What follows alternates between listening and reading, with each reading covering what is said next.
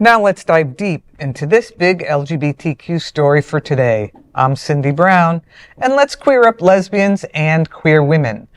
Lesbian comedian Jessica Kirson apologizes for performing in Saudi Arabia. Lesbian comedian Jessica Kirson has issued a public apology for performing at a comedy festival in Saudi Arabia, a country where queer rights are nearly non-existent. Kirson appeared at the Riyadh Comedy Festival, part of the Saudi government's Vision 2023 initiative aimed at promoting cultural events. But critics have condemned the effort as an attempt to whitewash the kingdom's record on human rights, particularly the harsh anti-LGBTQ+ laws. Homosexuality remains illegal in Saudi Arabia and can be punishable by death. Speaking to The Hollywood Reporter, Kirson said she was surprised to be invited given her openness about being Jewish and lesbian. She asked organizers if she could, quote, be openly out on stage and perform gay material, end quote, and they agreed. Her September 29th performance marked the first open acknowledgement of queer identity in a Saudi venue. Still, Kirson says the decision has weighed heavily on her. She told Hollywood Reporter, quote, I deeply regret performing under a government that violates human rights, end quote. Kirson also mentioned donating her festival fee to a human rights group. She hopes her apology sparks dialogue about how artists can use their platforms responsibly. Now, I actually worked with Jessica years ago, brought her to Miami for several shows. And when I first, read the story, I was like, why would she perform in Saudi Arabia? Mm-hmm. But, when she talked about it being an effort to bring more culture and that they had no qualms about her being herself and performing her act openly, I can see her seeing it as a potential learning opportunity for the people in Saudi Arabia. And the fact that it was the first time a queer comedian performed in a Saudi venue, or probably an openly queer anything. Wow. Performed in a Saudi venue. I can see that could put a little dent in something. But I also understand that when there are governments that are so horrible on human rights issues with the LGBT community, I mean, literally, it's punishable by death. Right. I can see why there's a lot of backlash, and I respect her for her decision and her apology, because I believe it was really a heartfelt apology.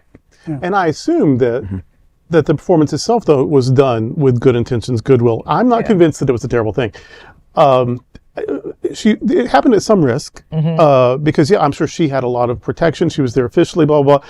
But if she enraged some religious fanatic or whatever, they could have, there was some risk involved. And some people, for the first time ever, saw someone stand up in public and say, I'm gay. Right. Yep. And, exactly. And I'm having a life and I love my life. That, somebody heard that for the first time, and they may not hear it again, for a long, long time. I was surprised that there was a comedy festival, because comedy is edgy. It makes fun of things. And comedy, you know what I mean? And the religious part of things, that they don't like making fun of things, especially if it's something they value. So it's almost encouraging that they have, because when you have comedy, where you have arts, you have openings. Exactly. That's why I said we got a little chink in their armor there. It's very seditious to be a comic, especially now. And are we never supposed to go anywhere where we're hated? Because she also can't then perform in Texas. Do you know what I mean? So, I mean, sometimes there's something to be said about, I'm sort of here in an underground to encourage my people and also to challenge their oppressors. maybe that's a romanticized view. Maybe like, yeah, but they made money. It's an oil kingdom. They make money in their sleep. Yeah. So I don't know. I'm sorry that she felt bad about it. If she gives the money to a great thing, great. Something good came out of it. But I just don't know that we sometimes are just so quick to beat up, because and I just don't know. I think it was maybe more complex than people thought, and that she did more good than they realized. I will say, though, that if there are people who had personal experiences with the Saudi government and the LGBT community and whatnot, maybe that's who she's apologizing to. Right. Because I could understand them getting upset. I mean, there are people who get upset just because they want to stir up shit. Yeah. But she's awesome. But I also think it's also like a cultural thing as well, because honestly, she's coming to a new domain and saying, "Hey, I'm going to perform my material that honestly I'm being accepted in different cultures and different countries, and at the end of the day, they're coming into it, and she's like, you know what, I maybe hurt somebody, or I may probably people will misunderstand some of the jokes and some of the lines, and I think it's also as an artist, she's taking responsibility and owning up to her mistakes and saying, hey, I'm sorry to come in too rough here. Let me see how can I fix it. Where I think that's the first step of being apologetic and being sincere, which is very important. Agreed, and I think she's truly a trailblazer. Yes, I do. Actually doing Yeah, it. she's funny. And she's smart. Yeah. And the irony is, her usual shtick is to talk to the audience. Right. So I wonder how that went down, Well, I'm or sure there if was a that lot of went down. expats She exposes over there, she exposes us. Like she'll put you on the spot. Like, are you married? Yeah. Are you gay? Are you a lesbian? Right? Yeah. It's hilarious like that. So I wonder how that went and smart. down. And we have to have Great. comedy in our lives. because Absolutely. If we couldn't laugh, We have to. Yeah, have to.